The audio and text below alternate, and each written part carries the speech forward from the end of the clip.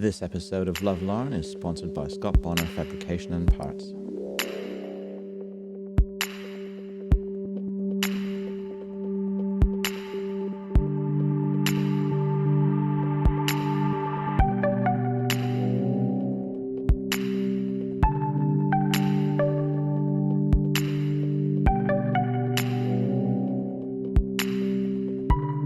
G'day lovers. I've been up to the sandblaster with this catcher. Didn't have much luck with it. There's this thick green paint sitting on top of a red undercoat of primer or another paint. I'm not sure what it is. Looks like it's been redone by someone at some time because it's a bit of a hack job. But anyway, it needs to come off because we're going to put some new paint on it. The sandblaster was pretty slow going with this one. It didn't want to really come off very easily, so I sort of figured I'd hit it with a stripper instead. Probably should have done the stripper first and then touched it up with the sandblaster, but anyway. What I've done is I've gone ahead and scored the surface just with my the corner of my putty knife, just to allow the stripper to get underneath the paint as much as I can. And I've got my least favourite chemical in the shed, the poly stripper, paint stripper. It's not only carcinogenic, but if you get it on your skin, if you flick it on there, it kind of burns and stings. It's a really funny, horrible feeling. It's sort of like being stung by a little bee or bitten by an ant or something. So I've got my overalls on today, and my gloves, and my goggles, and my thongs. So I'm all set. So what I'm going to do, it's heading towards 22 degrees out here today. It's a light breeze blowing. And I found that this stuff tends to evaporate pretty quickly, and once that happens, then the stripping action stops and the paint starts to harden up again.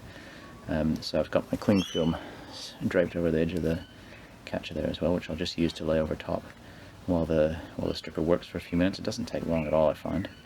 And then we'll go to it with the scrapers and see what we can pull off. Let's get into it. Got my little paintbrush. The instructions on the can say to put on a fairly liberal coat for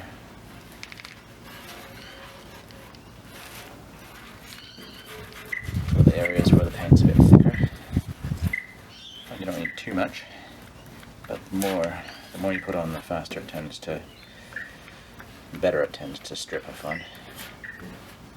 So I'm just going to work a couple sections at a time. And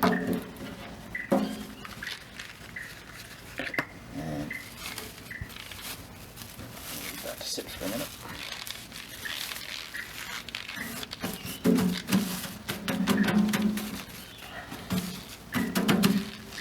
Cling film will just keep whatever's in there from flashing off or evaporating too quickly. I find that you can see through it as well, so it's kind of handy like that. But as soon as the paint starts to wrinkle underneath, then it's starting to give way, and you can get on it with the scraper. I've got two little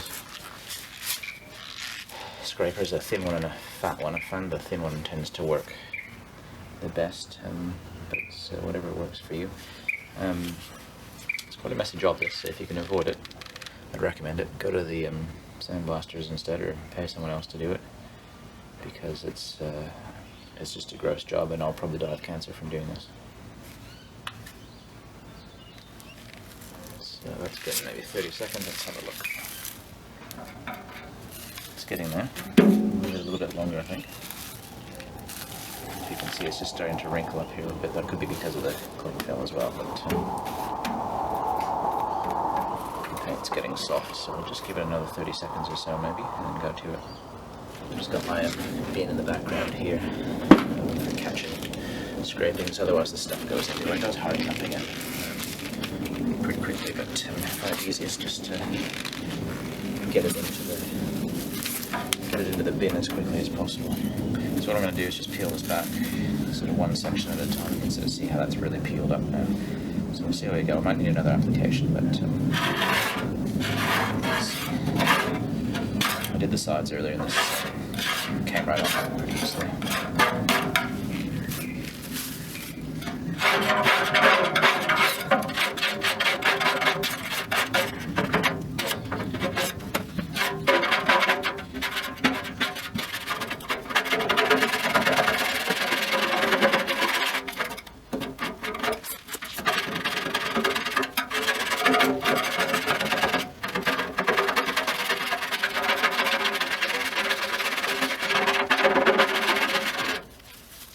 Back on there, let some of the stuff on the cling film work over on that side.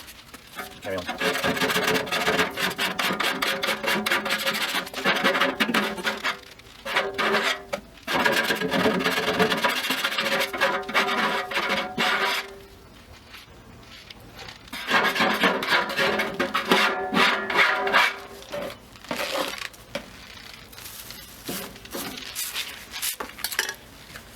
Next patch.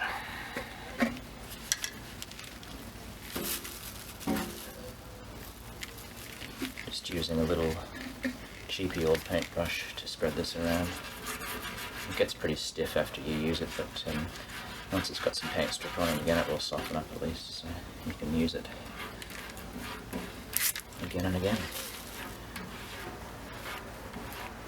So the thickness that I had on there before was pretty good. So I'll just try and smear some of this a bit further down on this patch as well.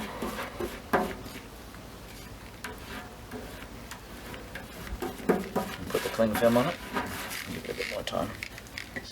Stuff doesn't stink too badly, but you definitely want to be doing it outside so you don't have to breathe it in. It's not good for you.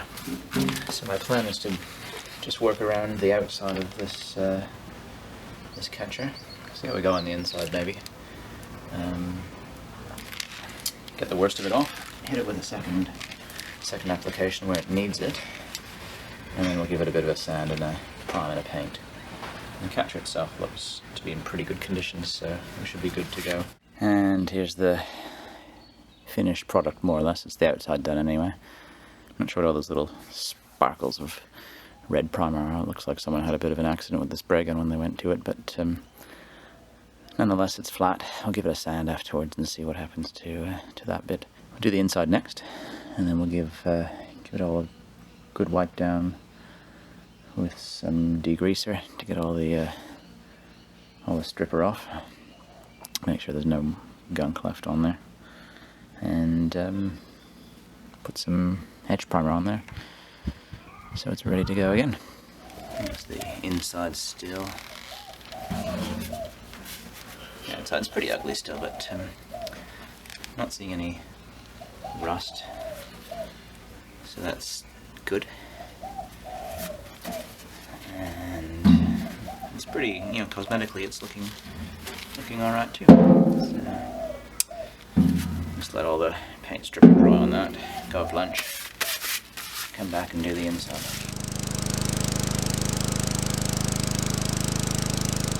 Welcome to the derusting vat of horror. It's pretty awful looking, but this is basically 12 bottles of vinegar from the grocery store and a bit of salt for the purpose of getting rust off of steel and cast iron, I guess. Some people will use citric acid instead of the vinegar. I believe you don't want to mix the two because they'll neutralize each other, I think, or at the very least it doesn't make the solution any stronger, more effective. But you know, use one or the other, or sandblast it, or sand it, or wire brush it, or wire wheel it, whatever you want to do. But this is one option that works for me. It's not my favorite option. Nothing really is, apart from sending it out to someone else to sandblast. But you know, if you're setting up to do it yourself, it's definitely cheap. You know, in terms of the cost of the vinegar, I think the stuff's like a couple bucks from the grocery store out of the baking aisle. Probably worth noting as well that I've selected this shape because a reel, a 17-inch reel will fit in here quite nicely if you do want to soak that sort of thing. For the rear roller halves, a bucket's a better option. And you can basically sort of put a roller half right in there, cover it up, and away you go. The one thing that you do need to be really careful with are the alloys, in particular your clutch halves, your clutch cones, and any woodruff keys and that sort of thing, because they don't like to go in here. And I've learned that the hard way. I put a clutch half in here, and it basically it started bubbling quite a bit really quickly, which I should have paid more attention to, and I didn't. But basically what happened is that it pretty much ate away at the metal and left it all pitted and you know, kind of gross. It might have been alright if I'd just cleaned it up a bit, but I didn't want to take the chance since it's sort of spinning and, you know, does a bit of work, needs some integrity to the thing, so ended up having to chuck it out. If you're doing smaller bolts, little pieces, you can do them too. Maybe just pop them in a little glass jar or something, throw them in there so you don't have to sort of fish around all over the place for them. So basically what I do is I use my wire brush just to get any of the loose rust off, and then in it goes whatever I'm soaking, and it goes for overnight, maybe a couple of days, depending on how bad it is, and basically just soaks away. You can tell it's working once you put something in there because you can see the little bubbles of gas escaping from the liquid, and before you know it, the clear vinegar will turn into this sort of soupy, rusty coloured mix of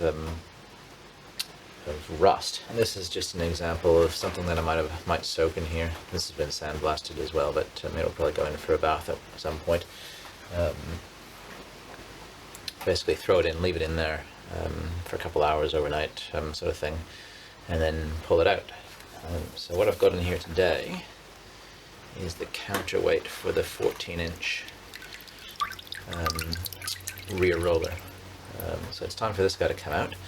I'm not sure how I can see it's heavy, but you can see the rust is sort of really starting to flake off of that. So if I just to give you an indication of how well that's worked, it's probably had a couple of days in here because it was quite rusty, but all of that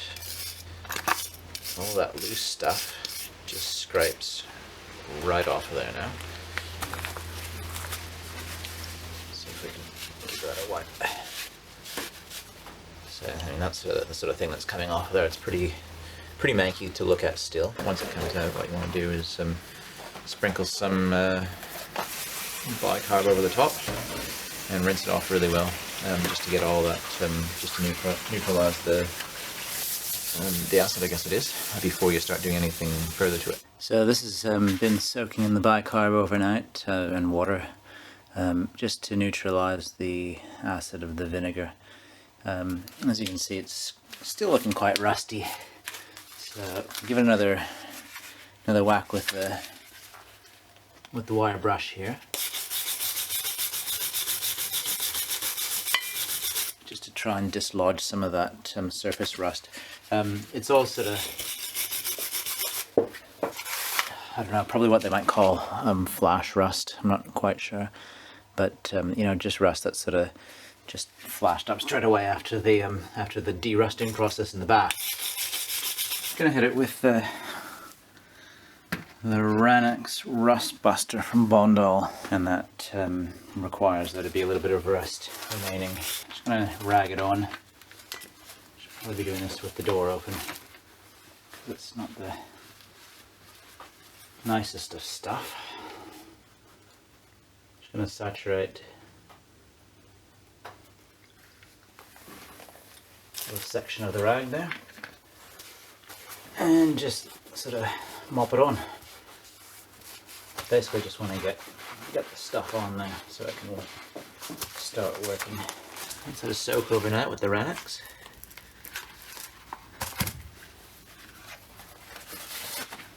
It's gone sort of that bluey grey colour, and it's kind of sticky from the Ranex,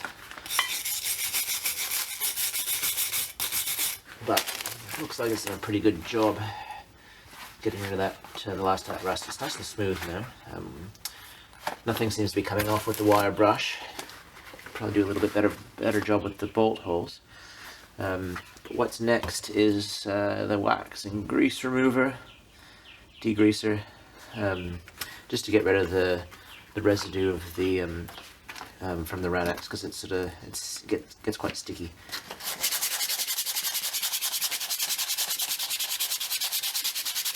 Yeah, the cast steel is just pretty. It's pretty textural, so there's a lot of little nooks and crannies for the discoloration and the rust to get into. So it's you know, sanding all that, especially by hand, is a little bit tricky.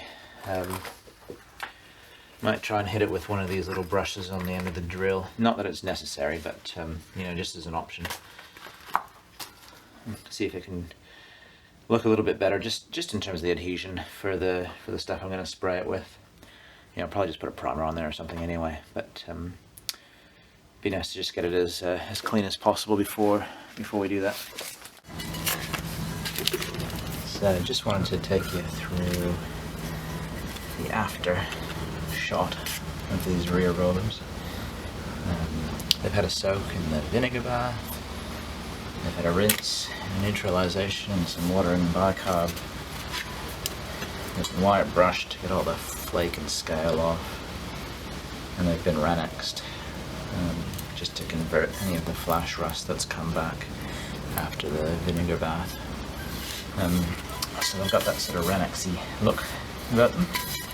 It's a dark blackened sort of oxide look, but I've also degreased them, so they're clean, they're ready to go now. Just letting everything dry for a second. Do some tiny bit of masking on the inside there, just where that little dust sleeve hooks on to this ratchet box, and on the inside as well. And then we'll give it a blast with just some primer in there to keep the rust at bay. But you know, these are pretty awful looking. And especially coming out of the vinegar bath, so they've cleaned up really nicely. I'm happy with the result, I think.